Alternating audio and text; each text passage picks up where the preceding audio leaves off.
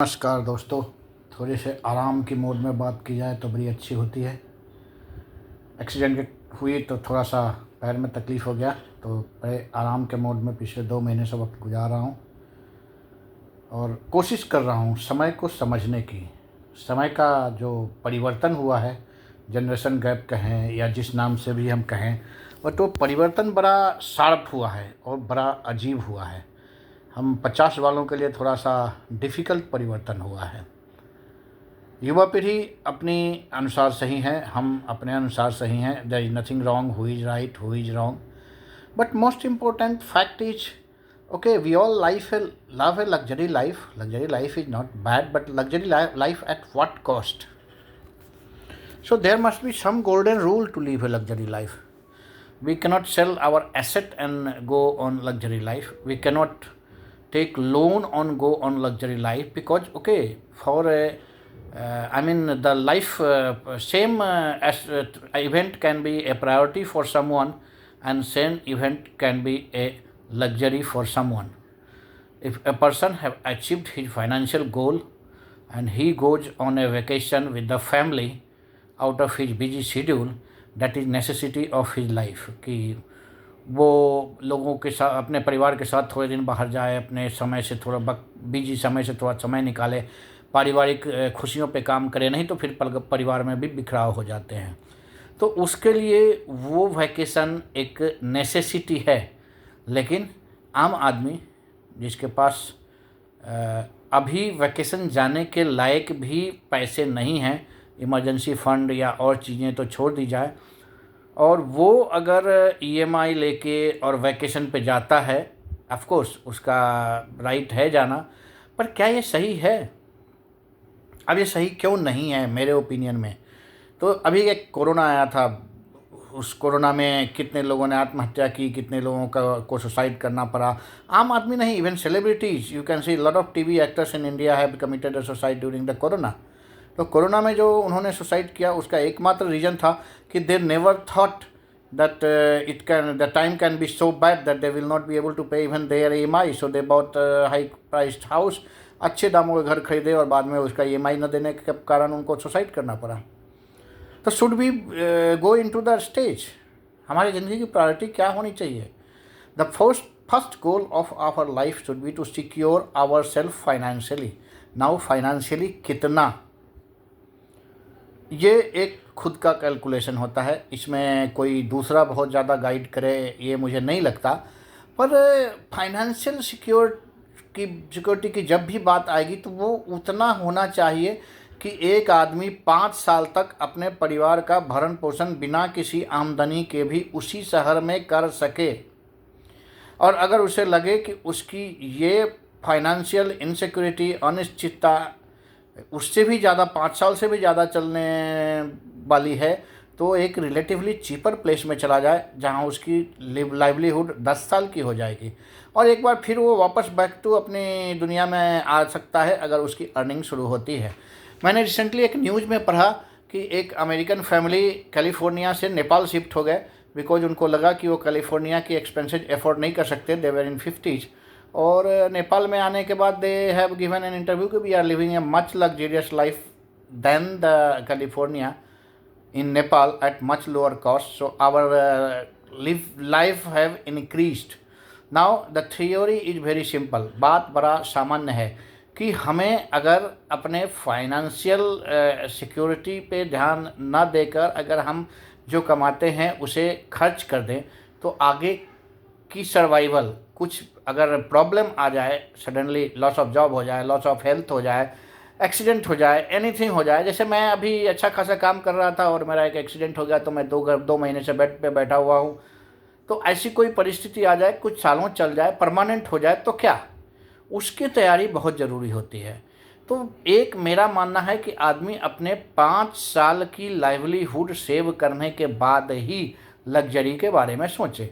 छोटी मोटी छुट्टियां जा सकते हैं, कोई प्रॉब्लम नहीं है, बट एक फंड जो है आपकी लाइवलीहुड की 5 साल की आपके पास होनी चाहिए। आप जिस शहर में रहते हैं, अगर आप छोटे गांव में रहते हैं तो कोई प्रॉब्लम नहीं है। अब मेरे पास अल्टरनेट है कि मैं मुंबई में सर्वाइव नहीं करूंगा तो अपने गांव में चला जाऊंगा, वहाँ मेरे पास खेती है, ज़मीन है, घर है, सब कुछ है, तो वहाँ मेरी सर्वाइवल हो जाएगी, क्योंकि मेरे पास पेंशन भी है भारत सरकार का, तो मेरे लिए थोड़ा ज़्यादा ईजी है। तो मेरा मानना है कि सेविंग की शुरुआत आपके फर्स्ट सैलरी से होनी चाहिए। मेरे एक रिलेटिव थे, वो कहते थे कि अगर 4 रोटी आप कमाते हो तो डे 1 से 1 रोटी की सेविंग करो। 4 मत खाओ, अगर भूख है तो भी 3 ही खाओ। 1 रोटी अपने उस बुढ़ापे की पीरियड के लिए बचा के रखो, या उस मजबूरी के लिए बचा के रखो जिसमें आप एक भी रोटी नहीं कमा पाओगे। तो अगर मैं 4 रोटी कमाता हूँ, मेरी उम्र अगर 90 साल है, एक औसत उम्र मान लीजिए, 70 साल मान लीजिए, 60 साल मान लीजिए, और मैं अगर 50 के बाद काम नहीं कर पा रहा हूँ, तो 10 साल की 4 रोटी मुझे चाहिए। अब वो कहाँ से आएगा? अगर मेरी सेविंग नहीं है तो मेरे मेडिकल एक्सपेंसेस कहाँ से आएंगे? ओल्ड एज एक्सपेंसेस कहाँ से आएंगे? और ज़रूरतें हैं, घरों की मरम्मत है, चूना है, मेंटेनेंस है। मैं खुद के घर की बात करता हूँ कि मैं घर लेके अभी 10 साल हुआ है, और इस 10 साल में इस घर में 2 बार मैं 5-5 लाख रुपया लगा चुका हूँ। बहुत हाई स्टैंडर्ड का नहीं, नॉर्मल मेंटेनेंस कराया हूँ। तो मान के चलें कि एक 5 लाख अगर 5 साल में जाता है, तो हर साल में 1 लाख रुपए इंसान को इस मद में फॉर ओनली हाउस रखना चाहिए।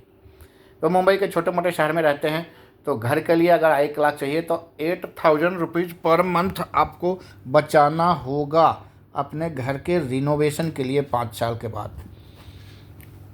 फिर फर्नीचर वगैरह हैं, वहाँ पे भी आपको तकलीफ़ होगी, उसका भी एक बजट एलोकेट करना चाहिए। अपने लाइफ में एक क्लीन बजट के साथ मूव करना चाहिए। हमेशा लोन लेके मैं ये खरीद लूँगा, ईएमआई दे के खरीद लूँगा, आप ईएमआई में जीते रहेंगे और सडनली आपके साथ कुछ हो गया तो क्या करेंगे फिर? There have been people who has committed suicide because they could not clear the loan. ऐसा सिचुएशन क्यों आता है? जब हम अनप्लान्ड लाइफ जीते हैं। लाइफ की प्लानिंग डे 1 से होनी चाहिए।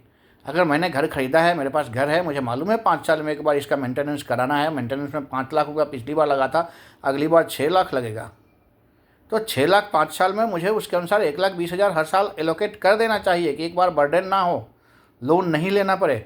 फर्नीचर्स में अगर हर साल 5 साल के बाद अगर आप फर्नीचर चेंज करने की कोशिश करते हो, 1 लाख अगर आपका उसका खर्च आता है, तो 5 लाख घर में 1 लाख फर्नीचर का आपका, फिर वैसे ही कई चीज़ें हैं जो आपको करनी चाहिए। तो अगर आप मान के चलें कि 7 से 8 लाख रुपया अगर हर 5 साल में आपको अपना घर होने के बावजूद खर्चा होता है, तो वो 8 लाख रुपया ऑलमोस्ट आपकी हर 5 साल में लोकेटेड होनी चाहिए।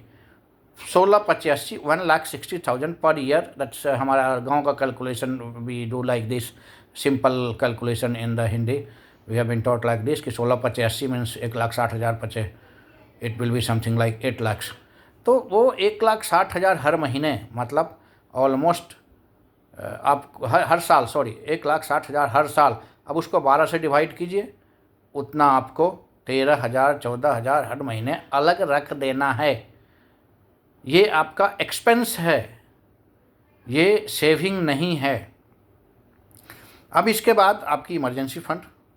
तो 1 महीने अगर इस मुंबई के सब अर्ब में, डोंबिवली में मान लो मैं रहता हूँ, तो 1 महीने अगर का खर्चा आपको अगर 30,000 रुपया है, तो साल का खर्चा 4 लाख मान के चलिए, और 5 साल का खर्चा 20 लाख। मतलब आपके पास 20 लाख रुपए हमेशा होने चाहिए कि कुछ इमरजेंसी हो जाए तो हम उसको वो 5 साल तक भी जाए टैकल करेंगे, और 5 साल नहीं जाए तो उस 20 लाख के आपको रिटर्न मिलता रहेगा। उस रिटर्न से आप यूज कीजिए या जो करना है वो कीजिए, आपका वो टेंशन ख़त्म।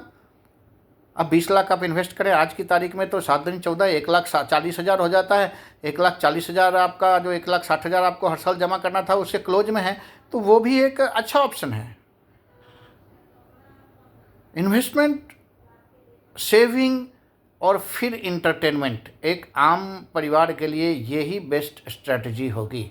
चिल्ड्रन एजुकेशन है, अब आपको मालूम हो गया आपका बच्चा हुआ है, तो 10 साल के बाद या 12 साल के बाद जब वो इंजीनियरिंग या कोई भी ग्रेजुएशन करने जाएगा, उसमें आपको 10 लाख 12 लाख रुपए का फंड मिनिमम चाहिए, अगर आप नॉर्मल जगह में पढ़ाएंगे तो। 2 लाख रुपया सालाना हो, उसके लिए भी आज से शुरू कर दीजिए बचत करना। 2 बच्चे हैं तो 2 लाख रुपया कर दीजिए। हर चीज़ लोन लेके करना तो अगर है तो फिर ठीक है, आप लोन लेते रहिए और एक दिन इतना स्ट्रेसअप हो जाइए कि लाइफ मुश्किल हो जाए। पैसे क्यों बचाएं? आजकल के यंग, कई बार मेरे अपने लड़के के साथ बहस होती है तो बोलता है कि full life you have been saving then what enjoyment in the life. मैं एग्री करता हूँ कि मैं एंजॉयमेंट मिस किया। मैं एग्री करता हूँ कि मेरे साथ के कई लोग गाड़ी में चलते रहे और वो ठीक ठाक ही ज़िंदगी जी लिए, मैं अननेसेसरी स्ट्रेसअप रहा।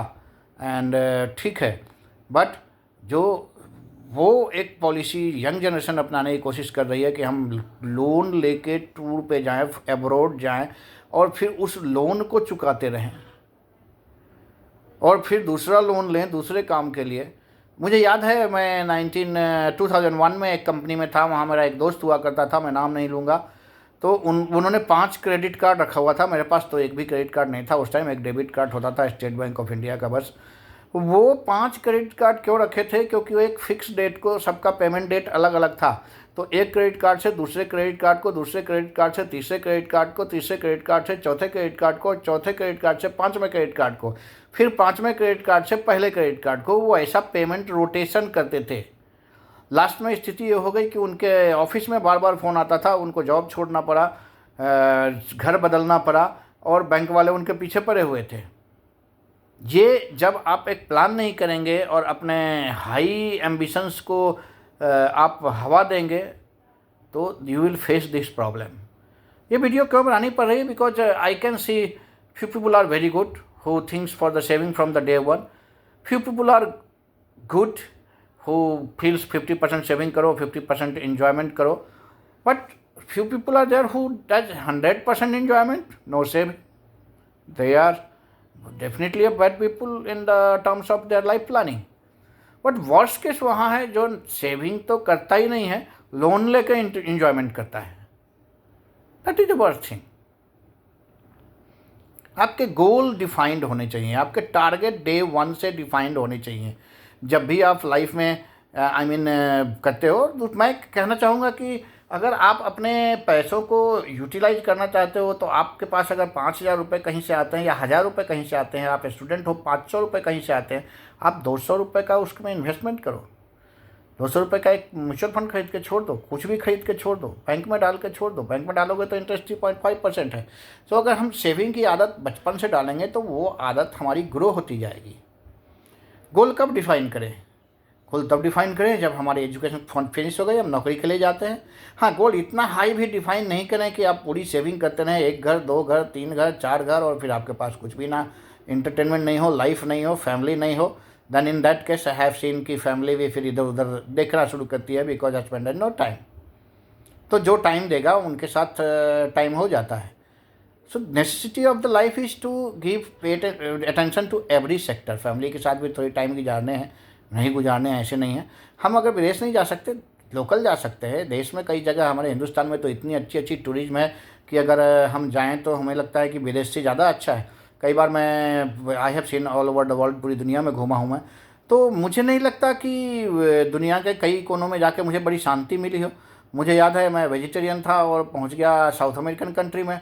अब वहाँ मैं कुछ भी ढूंढ रहा हूँ, मिल ही नहीं रहा है। तो मैंने वेटर को बुलाया। पूरे होटल में 1 या 2 वेटर था जो थोड़ा बहुत इंग्लिश जानता था। मैं उसको कुछ भी वेजिटेरियन बोलता था तो बोलता yes yes vegetable, beef and vegetable. अरे मैं बोलता था बीफ नहीं चाहिए, only vegetable. And then he used to say what, okay price will be same. I said no problem for price. फिर भी वो उसमें अंडे डाल के ले आया। And at that time I was not eating egg also.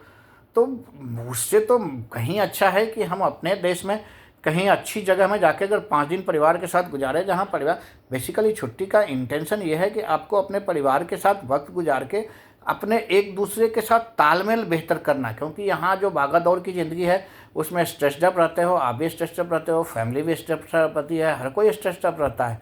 तो to reduce the stress up you must go for a tour. But tour कैसा हो वो आपकी बजट में सूट करता होना चाहिए। प्लानिंग इसलिए मैंने बोला कि डे 1 से हमें प्लानिंग करना चाहिए जब हमें जॉब मिलती है कि अगले 10 साल के लिए हमारा क्या गोल है। गोल डिफाइंड हो जाए, बजट एलोकेट कर लें और उस बजट को स्ट्रिक्टली फॉलो करें। अगर इमरजेंसी नहीं हुआ तो आपका saving automatically emergency fund saving में कन्वर्ट हो जाता है। और कुछ इमरजेंसी हुआ तो you are ready because you have done your allocation of the budget. So मेरा मानना है कि इंसान को हमेशा अपनी लाइफ में एक प्लानिंग के साथ चलनी चाहिए, बट प्लानिंग में सब कुछ होना चाहिए, family time, entertainment time, movie time, parents time and everything होनी चाहिए। प्लानिंग वेरी वेरी इंपॉर्टेंट है। Thank you very much for your time. If you have heard, if it useful, please do give your comments. Thanks lot, love you all.